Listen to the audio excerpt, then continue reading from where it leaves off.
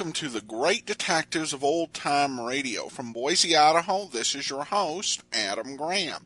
If you have a comment, send it to me, box13 at greatdetectives.net. Follow us on Twitter at Radio Detectives and become one of our friends on Facebook, facebook.com/Radio Detectives. Before we do get started, I want to encourage you, as you're making your travel plans for the holidays and for the New Year's, remember JohnnyDollarAir.com. JohnnyDollarAir.com is a Priceline affiliate, so you can name your own price on hotels, rental cars, and airline tickets, or choose from several great published specials and get all the benefits of going through Priceline.com, but part of your purchase price will go to support the Great Detectives of Old Time Radio at no additional cost to you. So when you're making your travel plans, remember JohnnyDollarAir.com first. All right. Well, now we have a single lost episode. So this episode aired 2 weeks after last week's. The original air date, August 25th of 1957. And the title is The Smokey Sleeper Matter. From Hollywood, it's time now for Johnny Dollar. Fred Larkin, Johnny. New Jersey Fire and Casualty. Hope I didn't get you out of bed. Well, you sure did, Freddie, but how are things in Trenton? In Trenton, fine. In the little town of Vineland, I'm not so sure. Vineland? About halfway between Philadelphia and Atlantic City? That's the place. What goes down there? Fire. Arson? That's what I hope you can find out. Well, any reason for suspicion? Yes. The man who holds the policy on $83,000 worth of bedding. Bedding? Mattresses, box springs that went up in smoke 2 days ago. Okay, Fred, I'll grab the first train.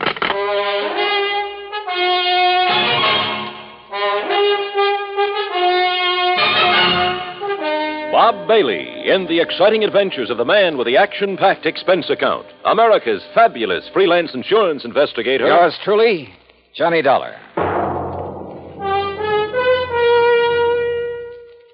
And now, Act One of Yours Truly, Johnny Dollar.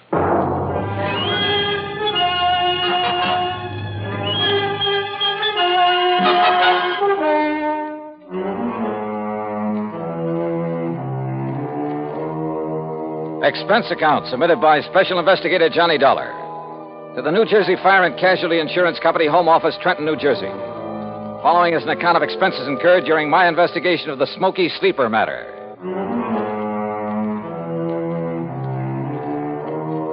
Expense account item 1, 1075, fare and incidentals, Hartford to Trenton. Item 2, 80 cents, taxi to Fred Larkin's office on West State Street. He lost no time in getting right to the point. That's right. $83,000 total loss. Well, who's filed the claim, Fred? Name is Ben Murray, sole owner and manager of Ben Murray Furniture Sales in Philadelphia. Sort of a small chain scattered around all over the city. I thought you said the loss was in Vineland. It was. That's where he had a big warehouse. Well, if his stores are in Philly... He claims it's cheaper than maintaining a big warehouse in the city.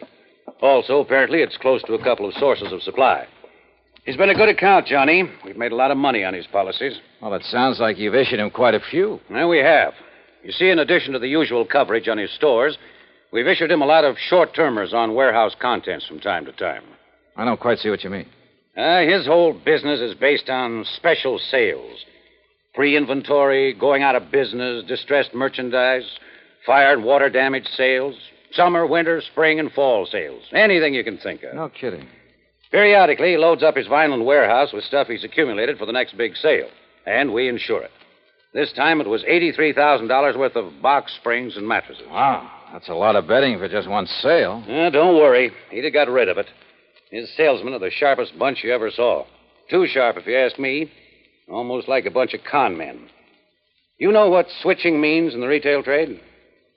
Isn't that when they advertise a well-known item at a very low price? That's it. Then when you try to buy it, they just happen to have sold the last one. That's it.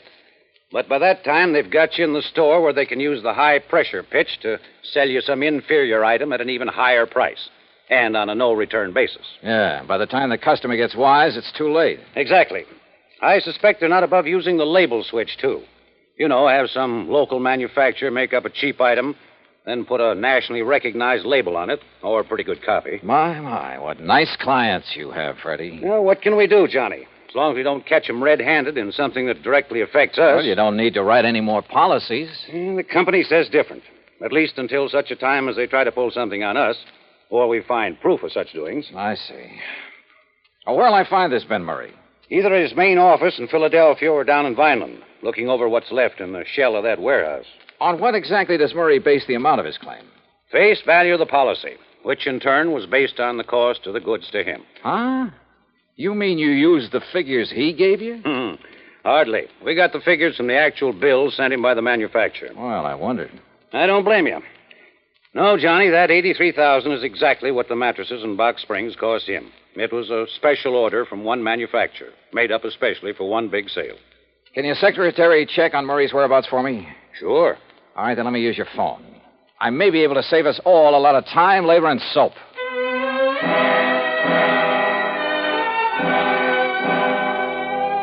I called my old friend Adam Bowles, who lived within a few miles of Vineland, who, before he retired, was one of the top arson men in the country. Investigator, I mean. He wasn't home, but I left word for him to drive to Vineland and meet me in the lobby of the East Landis Hotel whenever I got there.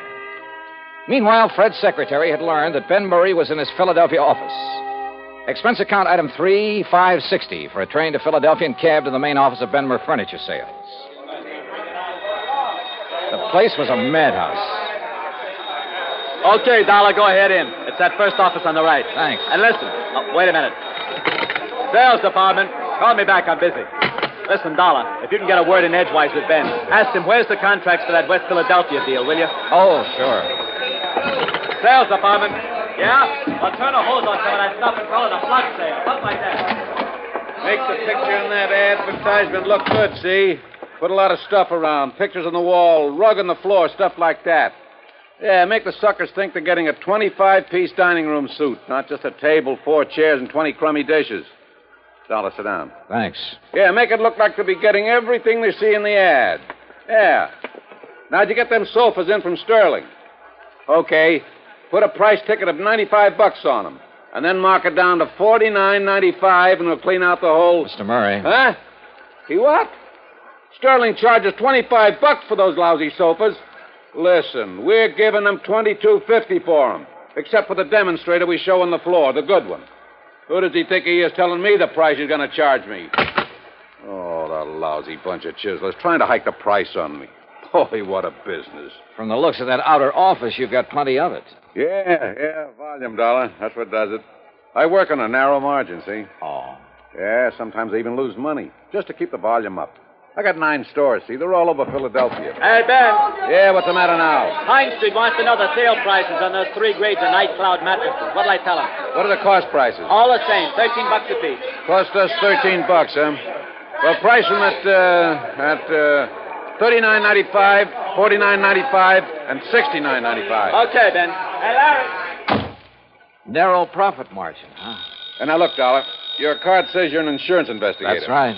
Well, if it's about that fire I had down in Vineland a couple of days That's ago... exactly what it's about. Well, let me tell you something.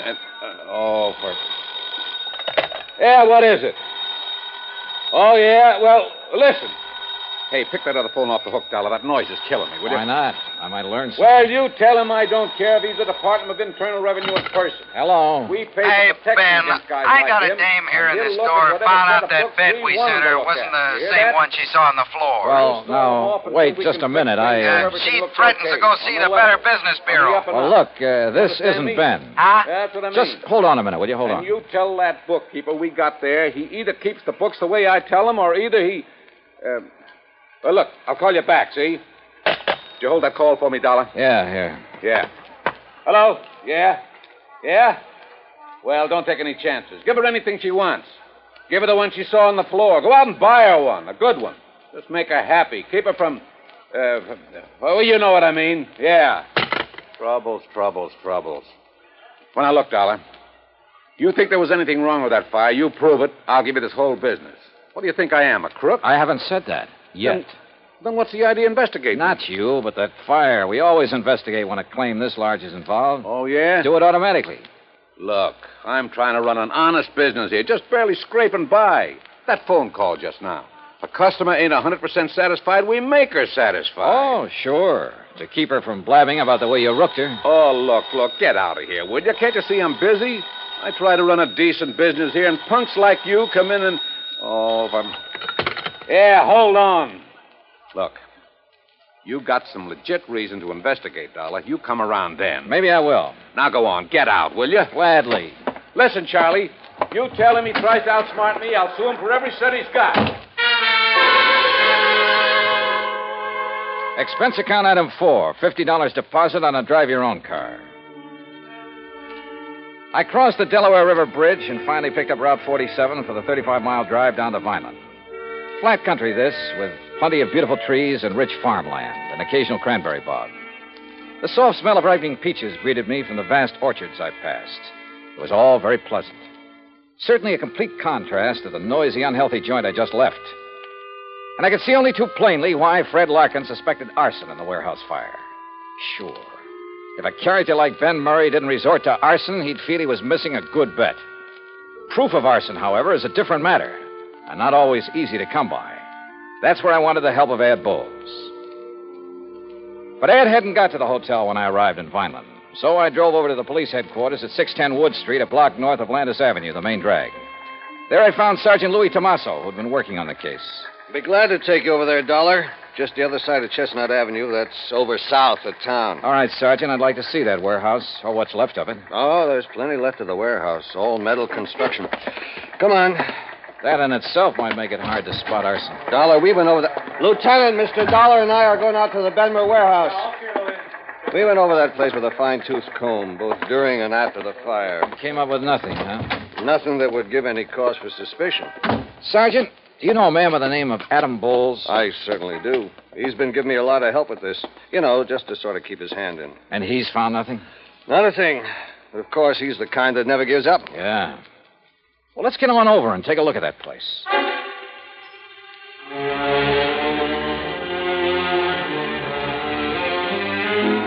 It was obvious that the whole contents of that warehouse was damaged beyond repair. And apparently the big steel building had been packed to the roof. I looked over some of the damaged mattresses very carefully, sometimes with the aid of my pocket knife, and I learned some rather interesting things. Things that showed the best possible reasons for wanting to burn up a lot of merchandise like this. Wow. Well, have you seen enough, Mr. Dollar? Yeah, I guess so. But I still want to talk to Adam Bowles. So let's go on back to Wait town. a minute. Looks like Ed pulling up in that car there. Huh? Oh, so it is. Hey, Ed. What? Johnny! Yeah, well, hiya. Sergeant, don't tell me you'd sent for a half-wit like Dollar. Just a minute now, Stinky. Why, the greenest rookie on the force would get further Ed, than... I'll brain you. You two know each other. Are you kidding? Johnny, how are you, baby? Great, just great. You got my message, huh? Yeah, but I hereby inform you that, as usual, you got here too late. Oh, is that so? When I found out you were coming, I decided I'd better get to work, if only to show you up. So I did, and I found out who started the fire. Well, I've got a pretty good suspicion myself. Who did it, Ed? Poor old Jerry Cumber. Who? Jerry? The old town ne'er-do-well? Yep, that poor, foolish old wino. Wow. How'd it happen? Oh, he was just wandering around that night, as he often does, with a bottle to keep him company. Found the back door of the warehouse open, thought he'd take a little nap, or rather sleep it off. He certainly had his choice of nice soft beds. Yeah, so he went to sleep with a lighted cigarette in his fingers. There you have it. And the funny thing, Sergeant. Yeah? Only charge you can really hold the old bum on is being drunk and disorderly. And, of course, trespass. What? Well, you look it up. You'll see I'm right. As for you, Johnny, you can just go on back to your company and tell them to pay the claim. Oh, that's so? Yes, sir. Case is closed. At least for you. That's where you're wrong. Huh? After a couple of things I heard at the Benmer office, plus a couple of things I've seen here, Adam, I think this case is just starting for me.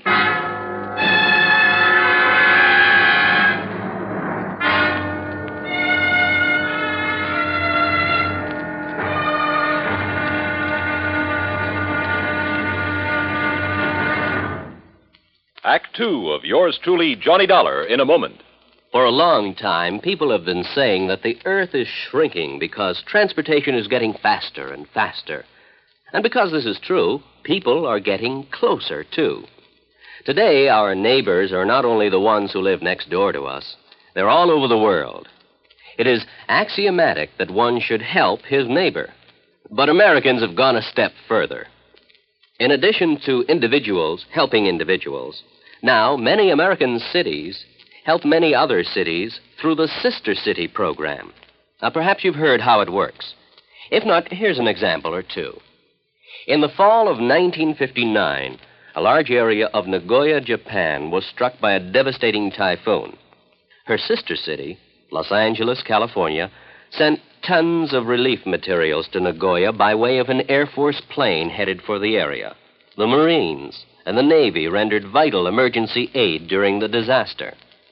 When earthquakes shook Viña del Mar, Chile, during the summer of 1960, her sister city, Sausalito, California, sent hundreds of dollars worth of relief materials to help out.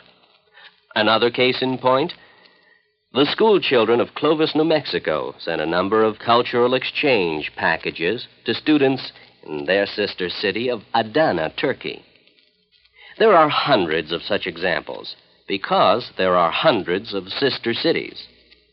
By using this means of diplomacy, friendship and understanding have increased throughout the world and paved the way for permanent freedom, the right of all men everywhere. And now, Act Two of yours truly, Johnny Dollar, and the Smokey Sleeper Matter.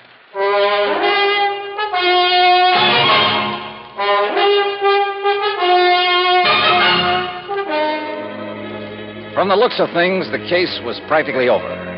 The fire at the warehouse full of box springs and innerspring mattresses had been accidental. And it looked, I underline that word looked, as though Ben Murray's claim for reparation to the tune of $83,000 was entirely justified. Ad Bowles, the finest expert on arson I knew, had produced the man who started the fire as proof. So, on the surface, there was nothing for the company to do but pay Ben Murray's claim. But I smell a rat, a big one. Expense account item 5, 75 cents for a person-to-person call to Fred Larkin in Trenton. Well, Johnny, if you're satisfied with Bowles' conclusion that it wasn't arson, well, that's that. We'll have to pay off the claim. What if I could prove fraud? Fraud? What do you mean?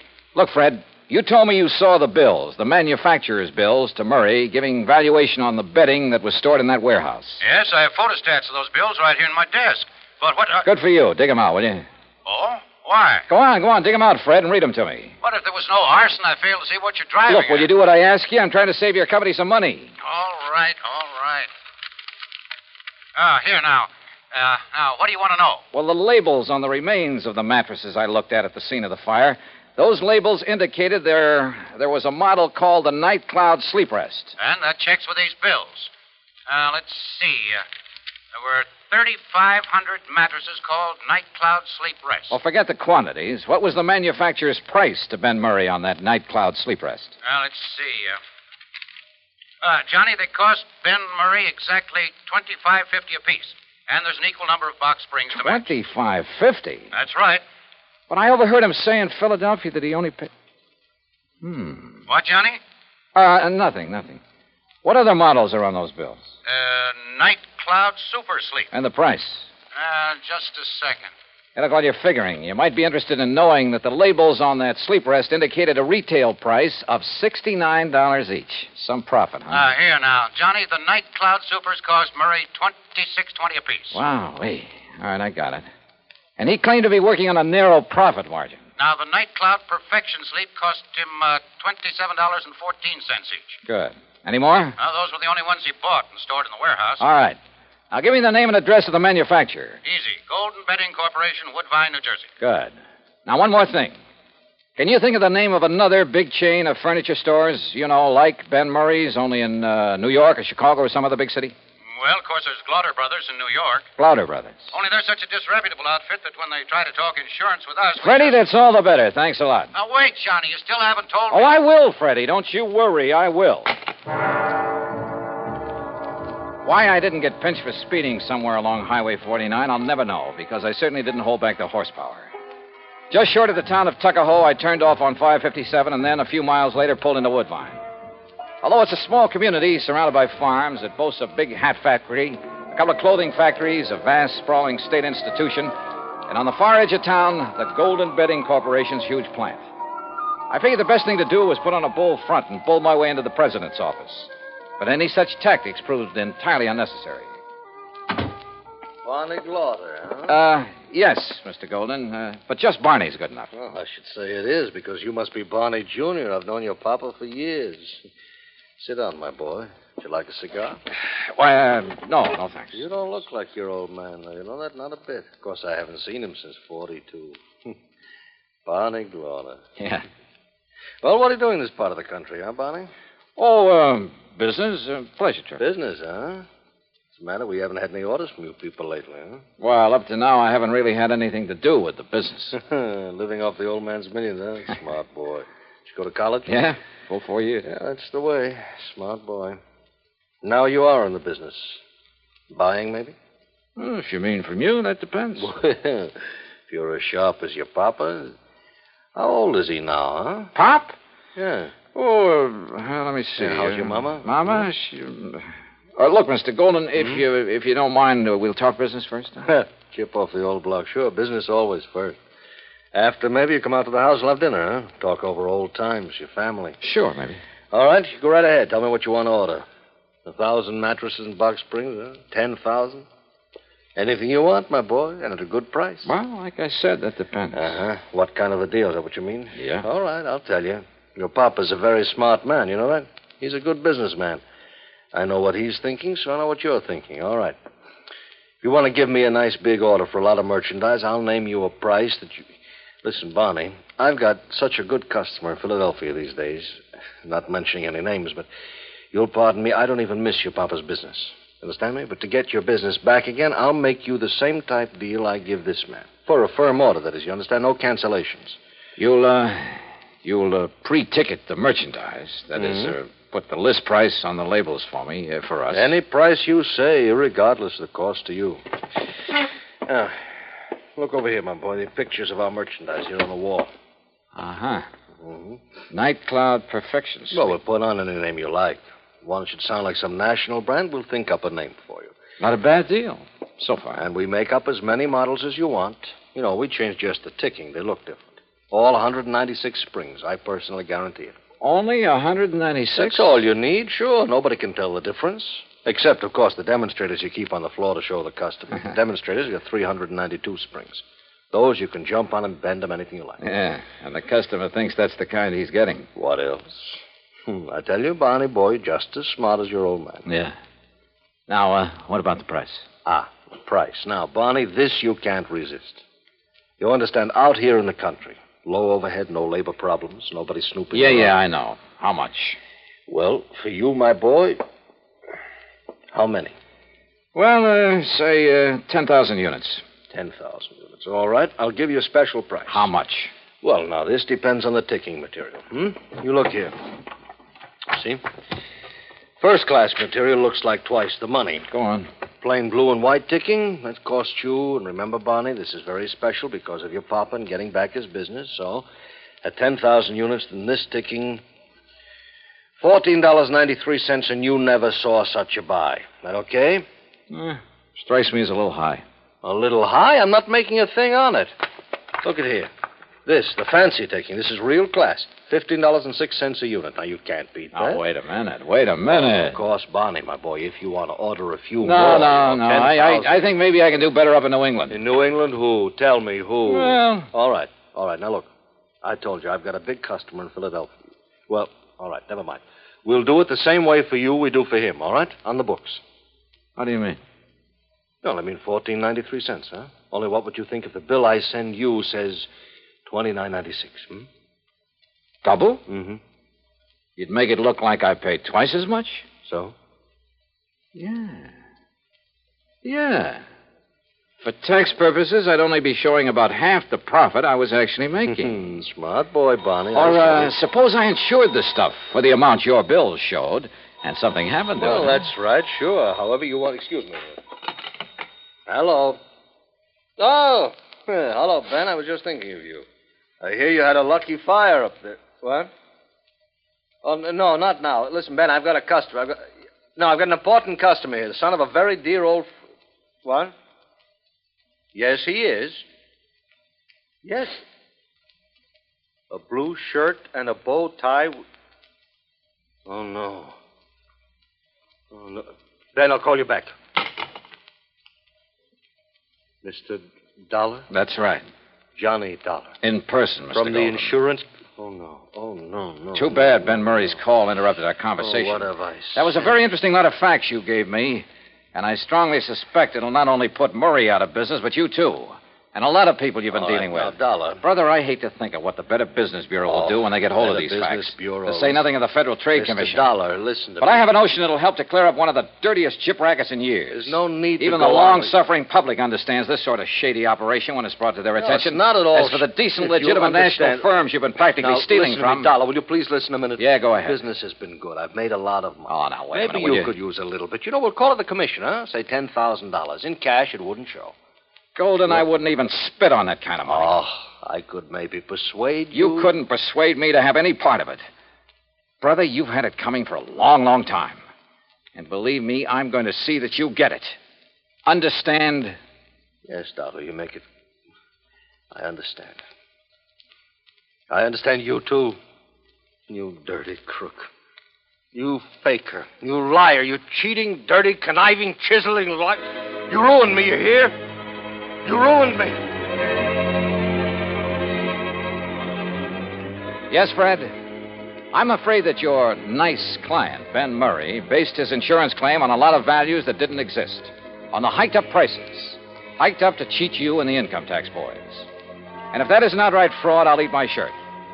So you can just forget about paying that claim or any part of it. And I hope that you and the company will take whatever legal steps are necessary to put these guys out of business. Expense account total, including incidentals and the trip back to Hartford, $130.49. And cheap at half the price. Yours truly, Johnny Dollar.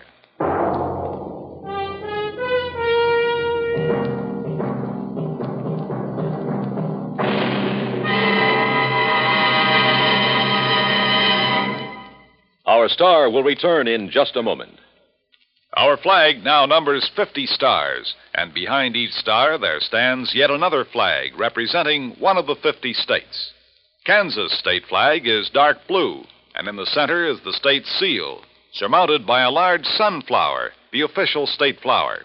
The seal reflects the history of Kansas, the train of ox wagons going west, for most of the great roads pass through Kansas. An Indian is depicted chasing a herd of buffalo, recalling the words of the official state song, "Oh, give me a home where the buffalo roam." For this truly was the home of the buffalo and Indian. The East is represented by a rising sun, and the promise of future prosperity is indicated by the steamboat on the river and the farmer plowing the field. Above a mountain range are 34 stars, for Kansas was the 34th state admitted to the Union. Over all is the state motto, Ad astra per aspera, to the stars through difficulties. Kansas state flag, the flag of the 34th state to enter the Union, was adopted on March 23rd, 1927. Now, here's our star to tell you about next week's story. Next week, the case of a girl who was willing to kill for money she didn't need. Join us, won't you? Yours truly, Johnny Dollar.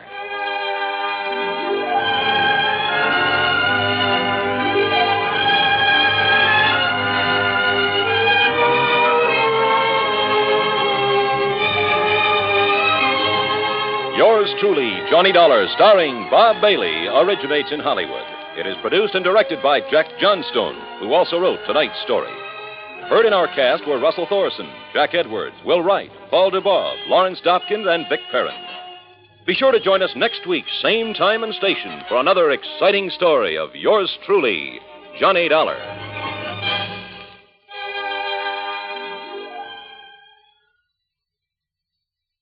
Welcome back. Well, this is why Johnny Dollar is able to submit his expense accounts, and the insurance companies smile and pay him. When the arson angle fizzled out, he had the insight to really be focused not just on arson, but finding these signs of fraud.